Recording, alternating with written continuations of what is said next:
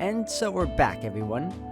その寝込みを守るってんならあそこで十分だろ。いや、そもそも同じ部屋で寝てたら敵だって入ってこない。むしろすぐ隣でセイバーが待機しててくれた方が油断して襲ってきた敵を撃退できるじゃないか。Oh, I think this sounds pretty logical. それで十分だろう、セイバー。正直あの狭い部屋で2人っていうのも無理がある。物理的に眠れない。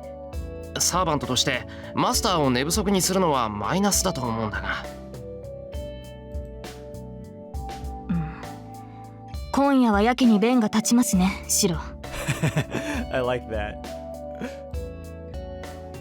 わかりました。多少言い訳じみたものを感じますが、いいでしょう。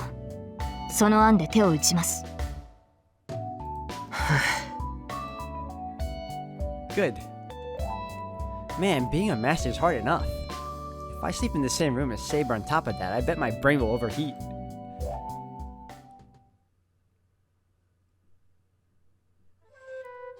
And the chaotic day comes to an end. It's becoming more like a habit now as I train with Saber until 11 and spend an hour doing my routine in the shed.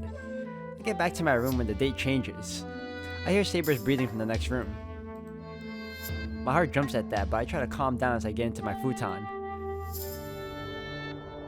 I close my eyes and shake off any wicked thoughts and tell myself to get to sleep as fast as I can.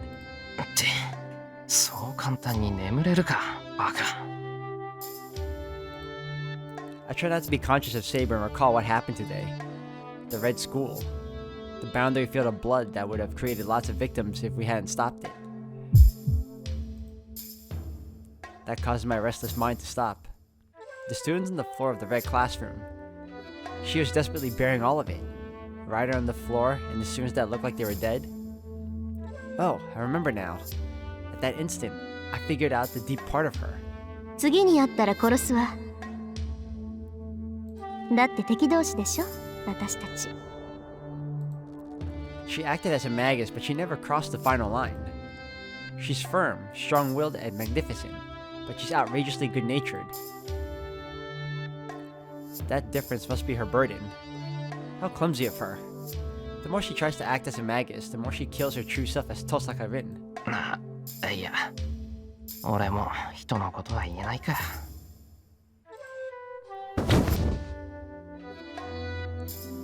I sigh and pull the blanket over my head.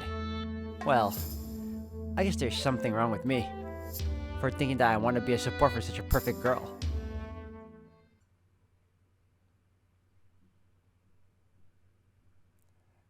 On to February 7th. Interval level 11. Or level 1, actually.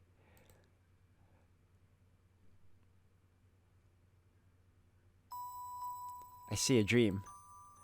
I see a memory that I cannot reach through a small connected circuit. For what did he fight, and for what did he keep running? He never told anyone about his motives. Everyone around him saw him as either obstinate or a weird person.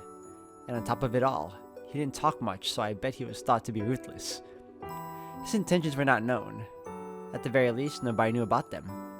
He never talked about his intentions even after he became a hero and was burdened with many things. That's why he appeared suspicious to the people around him. It's because nobody knows his intention. He conveniently saves people in danger, but nobody knows why he's doing what he does. See, it's inevitable that people would feel uneasy about him. He should have had a reason. Greed, pride, selfishness, lust, vengeance, or devotion. Simple reasons like those which are easy to understand. If he had any one of them, such an end should not have awaited him. His reward for success was always betrayal. The things he picked up sifted through his fingers like grains of sand. He got used to it. He got used to it like an idiot. From the very beginning, his reward was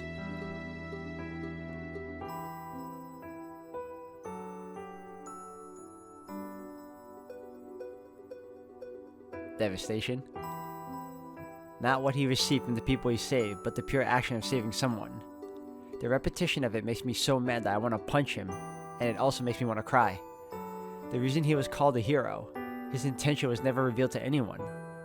Nobody around him knew, and he, the only one who had to know, eventually forgot about himself. That is why I shed tears in spite of myself.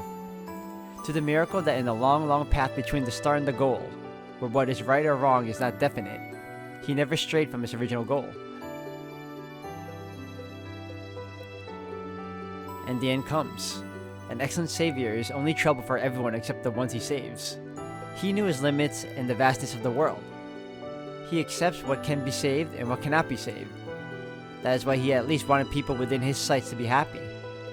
Many scorned it as hypocrisy and as blind idealism. There were more enemies than allies, and he died at their hands.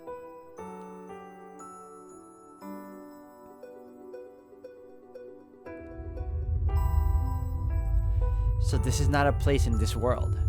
This place is the end of him. The illusion that he saw on the verge of his death, the only pride he had within himself. The hero that used his scenery as his weapon falls into his own darkness in the end. The hill of swords that he reached. His battle ends atop this hill, surrounded by rusted steel without a wielder. He is still alone. But he thinks there is nothing to regret if he was able to save everyone that appreciated within his sight, that appeared within his sight. And he smiles in satisfaction, lets go of the sword, and crumples down. That's why he never had any regrets. His objective was already accomplished long ago. From the start, he ran with his utmost effort, not for himself, but for strangers who shouldn't have meant anything to him.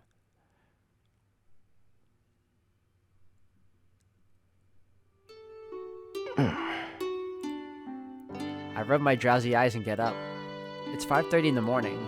I don't feel sleepy, so I guess I was able to sleep well last night in spite of everything. 単純にできてるんだな、俺。I grumble while getting out of the futon and changing into my uniform. I can hear faint breathing if I strain my ears. I feel Saber's presence on the other side of the sliding door. The instant I wonder what she looks like when she's sleeping, my head blows up. 朝飯だ。朝飯を作ろう。That's good, that's good. I shake the indecent thought out of my head and go out to the room quietly.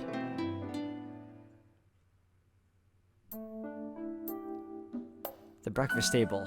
My expectation is that it would be a quiet breakfast considering what happened yesterday. そこでそのお医者さん、なんて言ったと思う？藤村さんは稀に見る健康体ですから、献血でもしていったらどうですか？うわっはっはっはだよ。Is that how the doctor explained it to you with that tone and that voice? 私だって病人だって言うの。ああ、もう次からあんなところ行かないんだから。Is totally destroyed by Fujine, who is more energetic than usual. In terms of horse racing, this development is the dark horse, but something tells me this might have been the likely outcome. あ、お味噌汁おかわり。玉ねぎ抜いてね。はいよ。で、それから倒れた生徒はいろんな病院に運ばれたって言うけど、みんなすぐに気がついたのか？そうね。個人差はあるけど、昨日中には回復したはずよ。4回。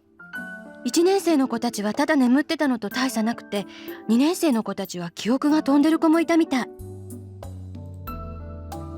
3年生の子は2階の教室にいた子より大事はなかったけど、1階の教室はちょっとね。Fujine looks down as though it's difficult for her to talk about it.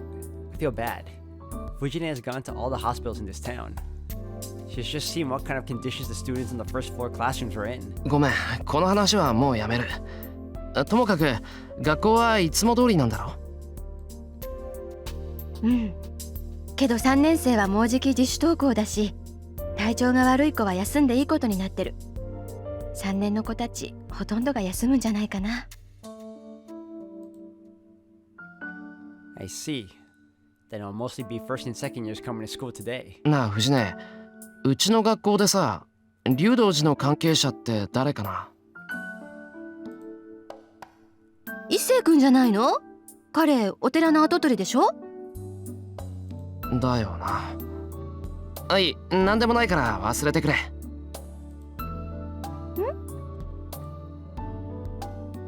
put my bowl down while I look up at the ceiling. The only one connected to the Ryudo temple at our school is Issei. but it's too soon to decide whether he's a master, and most of all, I don't think he is. じゃあ行ってくる。留守番よろしくな、セイバー。シローも気をつけて。あの校舎から結界がなくなったとしても、キャスターのマスターがいる以上は油断できません。0時はあと一つだけなのですから、行動には細心の注意を。分かってる。キャスターのマスターを見つけたら、まずここに帰ってきてセイバーに報告するよ。はい、期待に添えるよう私も魔力を回復させておきましょう。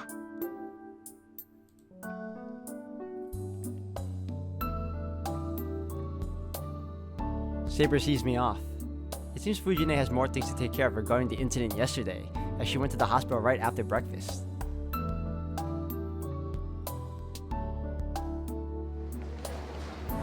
The school doesn't look any different even after such an incident. It's 7:30 in the morning and the school gate is filled with students. The students are talking about what happened yesterday, creating a rather noisy scene. So, in the middle of it all, in front of the school gate is Tosaka standing there like an angry devil. I have a bad feeling about this. I have a bad feeling, but I can't sneak past her since she's in the middle of the road. よ、おはよう、トサカ。今日は遅いんだな。I stop and greet her. つまり一星が怪しいと思うのよ。Whoa. First thing she says is straight to the point. 怪しいって何がさ。キャスターのマスター、竜道寺に巣を張ってるキャスターと竜道寺から学校に通ってる一星、これで因果関係がないはずないでしょう。ないって、そんなの偶然の一致かもしんないだろ。I try to defend Issei. そんなわけないじゃない。いい？ここ数週間竜道寺の山門はずっと閉じられているのよ。部外者は入れないし、寺から外に出てきたのは一星ぐらいのもんなんだから。これで怪しくなかったら真犯人は誰でもいいってレベルでしょ。あのさ、外に出ないって言うけど、普通お坊さんは頻繁に寺から出てこないもんじゃないのか。バカ、あんたいつの時代の人間よ。檀家回りあっての総門でしょ。山寺に引きこもってお賽銭だけで食っていけるんだったら明日にでも出家するわよ。ええ。Tosaka might be serious. If Issei was here, I'm sure he'd be yelling that she's an offering thief. I'm interested in what's going on with the temple, but that's not the problem. I should worry more about our surroundings. We're at the school gate. Students coming to the school are all around us, and they are all paralyzed to the reckless speech of the school idol Tosaka Rin. 何よその目。何？エミヤ君は一星をかばうってわけ？いいわよ私は。あなたが現実的な推測を無視するって言うんならこっちだって勝手にやるんだから。But our school idol is the only one who does not realize the situation. トサカ、ちょっとこっち来い。何よ、逃げる気？逃げない。いいからこっち。I drag Tosaka by her hand. ちょっとエミヤ君。She can complain later. Just let me get away from here as fast as I can.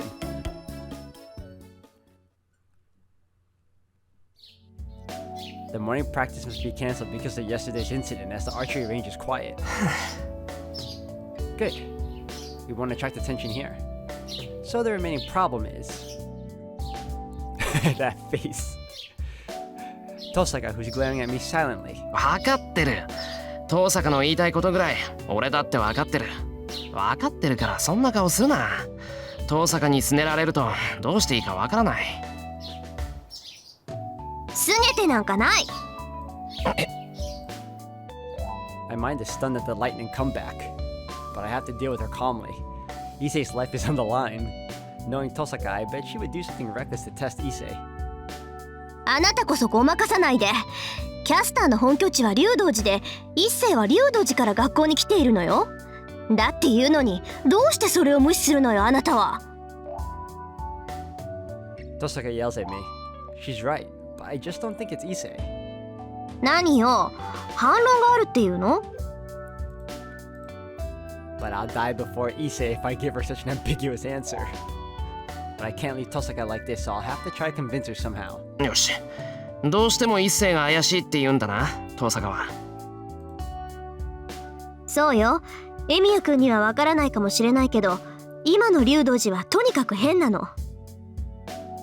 キャスターが根城にしているってこともあるんだけど、それにしたって揺らぎが大きすぎるっていうか、集まりやすすぎるっていうか。集まりやすすぎる？それって街から吸い上げてるっていう魔力のこと？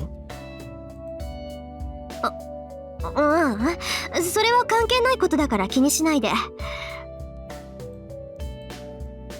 You're more suspicious than Issei right now, Tosaka. ともかくそんなところから涼しい顔でやってきてる時点であいつは怪しいの。前からあいつには一発蹴り入れてやんなきゃなんないって思ってたし、今回の件はちょうどいいわ。 Tosaka's serious. I heard that they weren't on friendly terms, but I didn't know it was this bad. Actually, what the hell did Issei do to Tosaka? I'm a bit curious to what would cause Tosaka to be so drastic. No, now's not the time. そうだな。一星の立場が疑わしいってのには俺も同感だ。当然よ、これ以上かばったりしたらそれこそ同罪なんだから。なあ、だから一星のことは俺に任せてくれ。あいつがマスターかどうかは俺がはっきりさせる。Look again. Whoa, it looks like she doesn't believe me at all. 信じろ。一星が友人だからって手加減はしないし、遠坂にも嘘はつかない。だいたいそんな心配はいらないんだ。一星があんな非道をするわけないんだから。The silent pressure continues. I bet Tosaka's worried that I might go easy because Issei's my friend. Her doubt is only natural, so I just have to endure it. I have to get her to believe in me. わかったわよ。一星のことはあなたに任せる。遠坂。I sigh with relief. けどどうやって見極めるのよ。エミヤ君、マスターの見分け方覚えたの？ Tosaka asked about the fundamental deficiency in this proposal.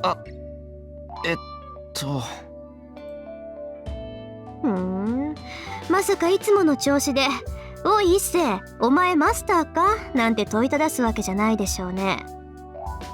いくら協力関係でもね、そんなたわけたことをやろうって言うんなら、ここであなたとの決着をつけてやるわよ。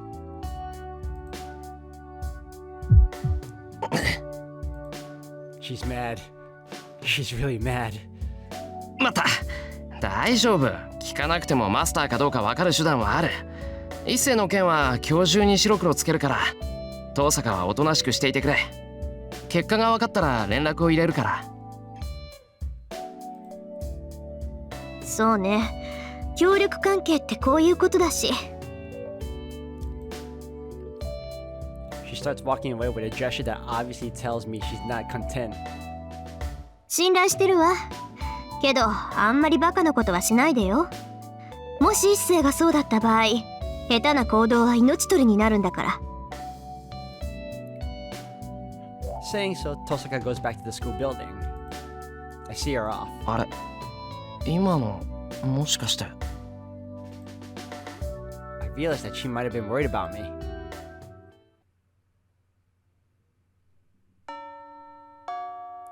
It's lunchtime, so I go to the student council room. 邪魔するぞ。I call out and open the door. おう、今日はここで昼食か、エミヤ。Issei's eating lunch by himself inside. Good, this is convenient. どうだ調子は。昨日の事件どんな塩梅になったんだよ。I sit down at the table and start talking casually. それが説明されずじまいだ。1階の空き教室に置かれていた薬品がどうしたとか、そんな当たり障りのない話だよ。昨日の午後から朝まで散々校舎を調べ回って出た結論がそれだとさ。He must be unhappy and he starts biting on a tough looking carrot. しかしお前も運がいいな。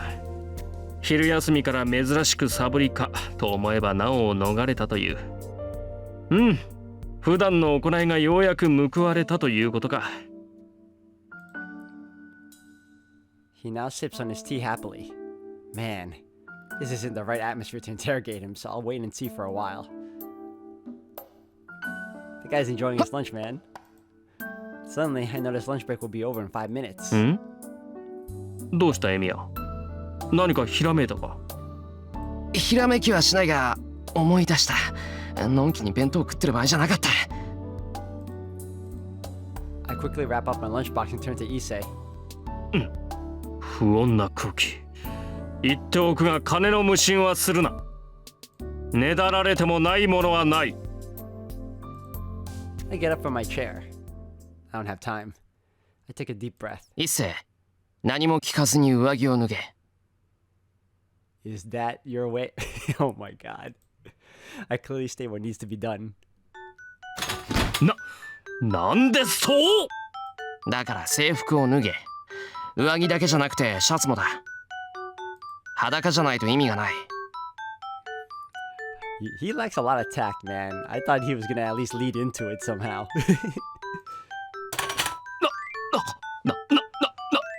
何を言い出すかと思えば正気か貴様。あれか、新手の押し問答か、そもさんなのか。そう、せっぱせっぱ。いいから脱げ。放課後になったら手遅れなんだから。He's gonna see if there's a command spell. I attack Issei. ああ、やめるかたわけ。貴様それでも武家の息子か。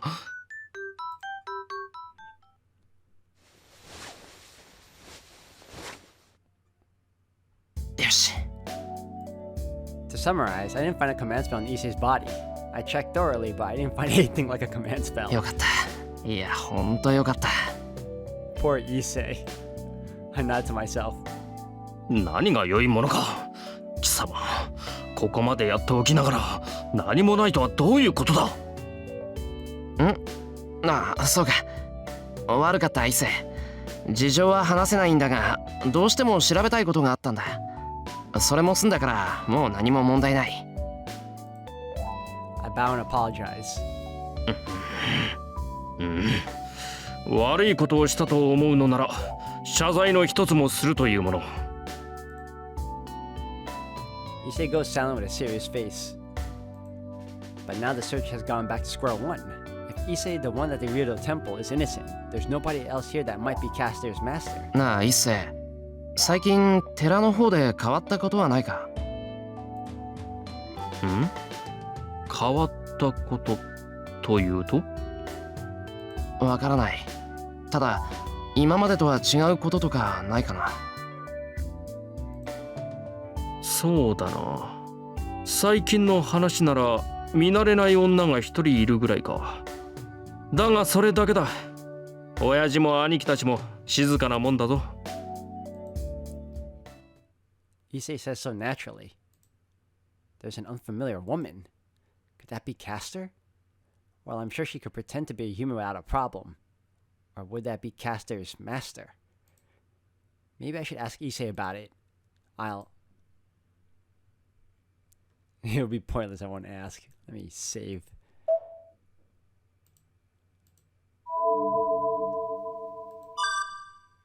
I guess I'll ask him about it.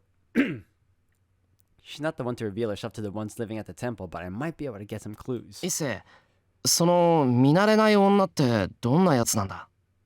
外国から来たとか、いつもターバンみたいな布で顔を隠しているとか。なんだそれは。そのような怪しい女ならばすぐさま放り出している。どんな思惑で知りたがるのかは聞かないが、彼女はまっとうな客人だ。兄貴などは毒札なんだと喜んでおるが、俺は不思議と気に入っていてな。一度しか話したことはないのだが、悪ぶっているように見えるが根は善人だ。ありゃ、聞いてみるもんだな。一星が女の人を褒めるなんて。なんだ、もしかして惚れたのか？バカを言うなったわけ。俺が感心したのはあの女が自分でも気づいていない部分の話だ。大体だな、兄と仰ぐ宗一郎の相手に化粧するなど。Issei suddenly stops and lowers his head. I don't know if he felt dizzy or what, but Issei falls on the table and does not move. どうした一星？貧血か？いや、体の調子が悪いのではない。He raises himself real fast. I laugh thinking that he's acting like a coiled doll. 一星。I look at Issei without looking at my slashed stomach. 獲物がかかった。私を追求する者に遭遇した場合のみ、この人間に植え付けた命令が作動する。Oh, wow. Another bad end. この人形も、もういらない。The knife in Issei's hand is stabbed into Issei's neck. Oh, no. My mind fades from too much blood loss. The wound is reaching my organs, not causing my consciousness to fade. My brain that wants to deny the scene in front of me freezes my consciousness. Issei falls down before me, not knowing what went on. I collapse onto the floor from my knees. And I hold my wound, and I blankly stare at my friend who is now a corpse. Oh, there you go. Another dead end. Alright. It'd be pointless, so I guess I won't ask. No, it'll be dangerous to talk about this. Issei's living at the Ryudo temple. If he gets suspicious of this strange woman, Issei might get curious and do something. And, if that woman happens to be a master, Issei would be in danger. This is it for today. I'll call it good since I found out Issei's unrelated to the Holy Grail War. ああ、そういえばエミヤ、シンジの妹、今日はいなかったな。さくら、今日学校休んでるのか？シンジも休んでいただろう。二人とも無断欠席。うちで何かあったのではないかと職員室で問題になっている。I'm at a loss for words being confronted with a problem I'd forgotten. 昼休みも終わりだな。教室に戻ろう。Issei pushes me out from the student council room. All the while, thoughts of Sakura's absence and what Shinji may have done after losing Rider twirl around in my head.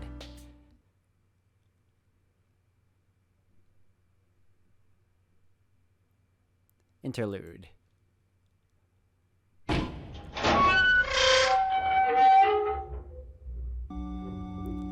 It is a sound like hitting steel. Ah,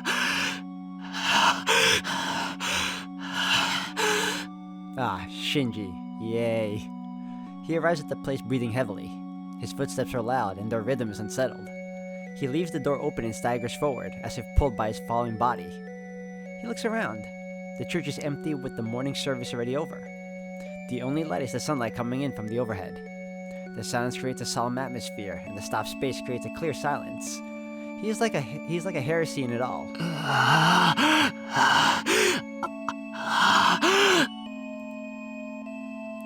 No, that's not accurate. To say he arrived is not correct.